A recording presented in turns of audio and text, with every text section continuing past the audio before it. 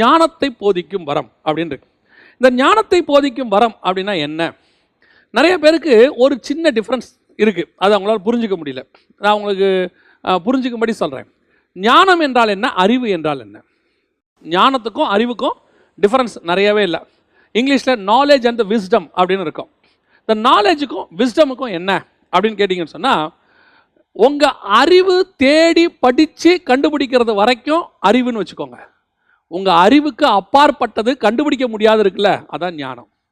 இப்போது விஞ்ஞானம் அப்படின்னு நம்ம சொல்கிறோம். விஞ்ஞானம்னா என்ன?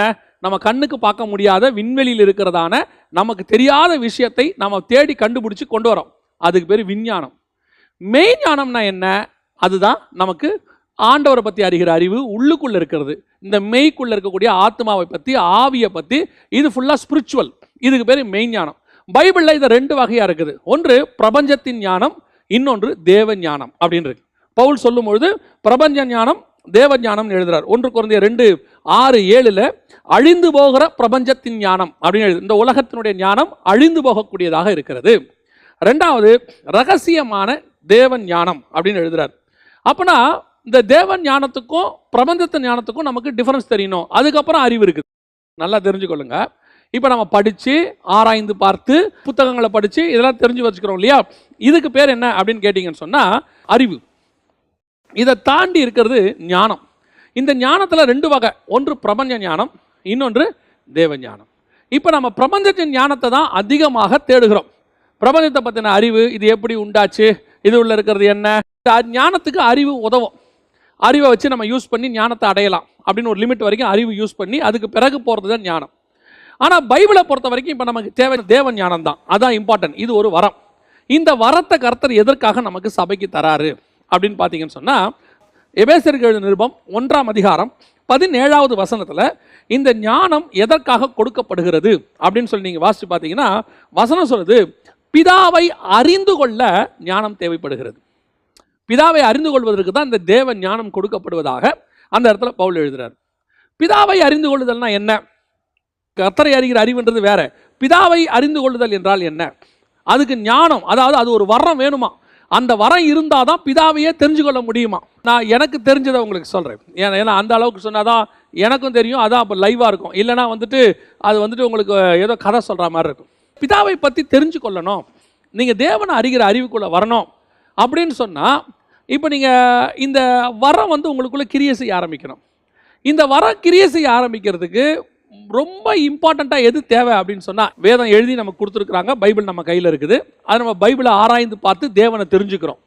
ஆனால் பைபிளே இல்லாத காலத்தில் ஏனோக்கு என்ன பண்ணியிருப்பாரு? இப்போ நோவா என்ன பண்ணியிருப்பாரு? அதர்சனமானவரை தரிசிக்கும்படின்னு இருக்கு. அதர்சனமான காரியங்களை அவன் தரிசித்து. இப்போ இதெல்லாம் எப்படி வருது? இப்போ தேவனை பற்றி எழுதுறாங்க, ஒருவரும் சேரக்கூடாத ஒளியிலே வாசம் பண்ணக்கூடியவர். அப்போ அவர் உட்காந்துருக்கிற இடத்தையும் அவர் அதை பற்றின அறிவையும் அந்த இடத்துல எழுதுறாங்க. எப்படி இது வருது? இதுதான் ஆவியானவர் அவங்களுக்கு கொடுக்குற ஞானம். அந்த ஞானத்தினுடைய வெளிப்பாடு. உலக ஞானம்னா என்ன? இவர் எழுதினார், சாலமோன். சாலமோனுடைய உலக ஞானமும் இருக்குது, சாலமோனுடைய தேவ ஞானமும் இருக்குது. இந்த உலக ஞானத்தை அதிகமாக சாலமோன் எழுதியிருக்கிறார், நிறைய எழுதியிருக்கிறாரு. தேவனை பற்றியும் எழுதுறாரு. ஆனால் இந்த ஞானத்தை அவர் ஆண்டவர்கிட்ட வாங்குறாரு.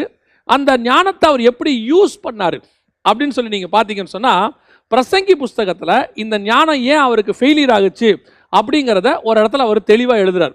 பிரசங்கியின் புஸ்தகம் 2:3 அவர் சொல்கிறாரு, என் இருதயத்தை ஞானத்தால் தேற்றி கொண்டிருக்கும் போதே நான் என் தேகத்தை மதுபானத்தினால் சீராட்டி கொண்டிருக்கவும் மதியினத்தை பற்றி கொண்டிருக்கவும் என் உள்ளத்திலே வகை தேடினேன். நல்ல கவனிங்க, என் இருதயத்தை ஞானத்தால் தேற்றி கொண்டிருக்கும் போதே என் தேகத்தை மதுபானத்தினால், இதை அப்படியே லிட்ரலாக இமேஜின் பண்ணி கற்பனையில் கொண்டு வந்தால் எவ்வளவு ஒரு மோசமான ஸ்டேட்டில் சாலமோன் இருந்திருக்கிறாருன்னு தெரியும். நம்மளுடைய வார்த்தையில் சொல்லணும்னா, நல்லா குடிச்சிட்டு அவர் பைபிளில் உட்காந்து தியானிச்சுட்டு இருக்கிறாரு, எப்படி இருக்கும்? இதுதான் அதோடைய அர்த்தம். நல்லா குடிச்சிட்டு மதுபானத்தினால் தேகத்தை சீராட்டி கொண்டிருக்கும் போதே அவர் ஞானத்தை தேடினாராம். அப்படின்னா என்ன அர்த்தம்? நல்ல தேகத்தை மாம்ச பிரகாரமாக இருந்துக்கிட்டே ஆண்டவரை பற்றின ஒரு ஆராய்ச்சியும் செய்கிறாராம். எவ்வளோ பெரியதான ஒரு மதியினம் பாருங்க. அவர் சொல்கிறார், மதியினத்தை பற்றி கொண்டிருக்கவும். இன்னைக்கு இந்த வரம், ஞானத்தை போதிக்கும் வரம் அப்படித்தான் சபைகளிலே பயன்படுத்தப்படுகிறது. இந்த தேவ ஞானம் வெளிப்படுதா, பிரபஞ்ச ஞானம் வெளிப்படுதா? சபைக்குள்ள தேவ ஞானம் வெளிப்படணும், பிரபஞ்ச ஞானம் வெளிப்படக்கூடாது. சபைகளுக்குள்ள இன்னைக்கு எது வந்துகிட்டு இருக்குது? உலகத்தினால் தன்னை சீராட்டி கொண்டு, உலகத்தினுடைய ஆடம்பரங்களினால், உலகத்தினுடைய ஆசபாசங்களினால், உலகத்தில் உள்ளதான பெருமைகளினால், மேன்மைகளினால் தன்னை சீராட்டி கொண்டே அதே நேரத்தில் ஞானத்தையும் போதிக்கிறாங்க. அதனுடைய விளைவு என்ன? சாலமோனை போல விழுந்து போகிற ஒரு அனுபவம். அப்ப இந்த ஞானத்தை என்னங்க செய்யணும்? வசனம் தெளிவா சொல்லுது. நீதிமொழிகள் 1:7 ஆண்டவர் சொல்றாரு, இந்த தேவ ஞானத்தினுடைய ஸ்டார்டிங் எங்க இருக்குது? கர்த்தருக்கு பயப்படுதலே ஞானத்தின் ஆரம்பம். அப்போ சபையில போதிக்கும் போதோ, அந்த வரத்தை யூஸ் பண்ணும் போதோ, அதை யூஸ் பண்ணக்கூடிய ஒரு ஊழியன் எப்படிப்பட்டவனா இருக்கணும்? தேவன் ஞானத்தை நிரம்புவதற்கு முன்பதாக தேவ பயம் இருக்கணும். அவனுக்கு பயந்து காத்திருந்து கர்த்தரிடத்துல அந்த ஞானத்தை வாங்கணும். எப்ப நமக்கு அந்த தேவன் மேல இருக்கிறதான அந்த ஒரு பயம் போய் நமக்கு நம்ம ஞானத்தின் மேல ஒரு பற்று வரும். எனக்கு இது தெரியும், எனக்கு இந்த சப்ஜெக்ட்ல ரொம்ப ஸ்ட்ராங்கு. என்ன வச்சு சொல்றேன், ஒரு உதாரணத்துக்கு நான் ரெவலேஷன்லையும் தானியல்லையும் ஈஸியாக எடுத்துருவேன். ஒரு சப்ஜெக்ட் அதில் எடுக்க சொன்னாங்கன்னா ஓரளவுக்கு நம்ம படிச்சிருக்கிறோம், எடுத்துடலாங்கிற எண்ணம் எனக்கு வந்துருச்சுன்னா எனக்கு தேவ ஞானம் போயிடும், எனக்கு உலக ஞானம் வந்துடும், பிரபஞ்சத்தின் ஞானம் வந்துடும். இதை வச்சு நான் என்ன பண்ணுவேன்? வசனத்தை தியானிக்க தொடங்குவேன். இந்த மாதிரி செஞ்சு விழுந்து போன முதல் ஆள் யாருன்னு கேட்டீங்கன்னு சொன்னா சாலமோன். அவர் மதுபானத்தினால் தேகத்தை குளிப்பாட்டி கொண்டு, அவர் மதுபானம். நமக்கு அதை விட வேற போதை இருக்குது. என்ன போதை இருக்குது? நமக்கு கார் போதை இருக்குது, நமக்கு உலக ஐஸ்வர்ய போதை இருக்குது, கண்களின் இச்சைங்கிற போதை இருக்குது, பட்டம் பதவிங்கிற போதை இருக்குது, எதிர்காலத்தின் சேர்ப்பு, அதாவது எதிர்காலத்துக்கு சேர்த்துக்கொள்ளணும் பிள்ளைகளுடைய எதிர்காலங்கிற போதை இருக்குது. இது எல்லாத்திலையும் நிறைஞ்சு கூட உட்காந்து வசனத்தையும் தியானிக்கிறது. அதனால தான் என்ன ஆகுதுன்னு பார்த்தீங்கன்னா, அதனுடைய வெளிப்பாடு வசனத்தில் வரும். அவங்க பேசும்போது அவங்களுக்கு எது அப்படி வசனத்தில் வருதுன்னா, இருதயத்தின் நிறைவினால் வாய் பேசும். ஏன்னா இப்போ அவங்க எதில் நிரம்பி இருக்கிறாங்க? மதுபானத்தில் நிரம்பி இருக்கிற மாதிரி உலகத்தில் நிரம்பி இருக்கிறாங்க. இப்போ இவங்களுக்குள்ள இருந்து வெளிப்படுவது என்ன? பிரபஞ்ச ஞானம். என்ன பிரபஞ்ச ஞானம் வருது? இப்படி வரும்போது நாம என்ன செய்யலாம்? இப்போ தேவாலயம் கட்டணும். நான் சொல்றது ஒரு உதாரணம், நான் யாரையும் குற்றப்படுத்தலை, ஒரு உதாரணம் சொல்றேன். ஒரு தேவாலயத்தை கட்டுவதற்கு, ஒரு ஊழியத்தை கட்டுவதற்கு இப்போ நமக்கு என்ன தேவை? தேவ ஞானமா பிரபஞ்ச ஞானமா? ரெண்டுமே டிஃபரன்ஸ் இருக்கு. தேவ ஞானம் எப்படி ஒரு ஊழியத்தை, ஒரு சபையை கட்டும்? இப்போ நம்ம ஒரு கட்டடம் கட்ட போகிறோம், ஒரு ஆசாரிப்பு கூடாரம் கட்ட போகிறோம், ஏதோ ஒன்று நான் கட்ட போகிறேன். எனக்கு ஆண்டவர் சொல்லியிருக்கிறார், ஆண்டவர் தான் சொல்லியிருக்கிறாரு, நான் அதுக்கப்புறம் தான் அதை ஸ்டார்ட் பண்ணுறேன். காட்ஸ் விஷன்னே நான் சொல்கிறேன். ஆனால் இதில் நான் எந்த ஞானத்தை யூஸ் பண்ணுறேங்கிறது தான் இம்பார்ட்டண்ட். இப்போ நான் எழும்பி நின்று ஆண்டவர் எனக்கு ஒன்று கட்ட சொல்லி இருக்கிறார். இப்போ நான் என்ன செய்கிறேன்? இதை கட்ட போகிறேன். நாம் எல்லாம் ஒன்று சேர்ந்து ஜெபம் பண்ணுவோம். தேவைகளை கர்த்தர் சந்திப்பார். அந்த தேவைகளை சந்திக்கிறதுக்கு கர்த்தர் என்ன செய்வார்? சில காரியங்களை நமக்கு சொல்லுவார். இப்போ நாம் எல்லாம் சேர்ந்து ஜெபம் பண்ணுவோம். 40 நாள் ஜெபம் பண்ணுறோம், 3 நாள் ஜெபம் பண்ணுறோம். நான் சொல்லுவேன், இந்த தேவ ஞானம் நிறைந்திருந்து நீங்கள் அதை செய்யும்போது அதற்கான தேவைகள்னு ஒன்று இருக்கும், அதை பரலோகம் பார்த்துக்கொள்ளும்.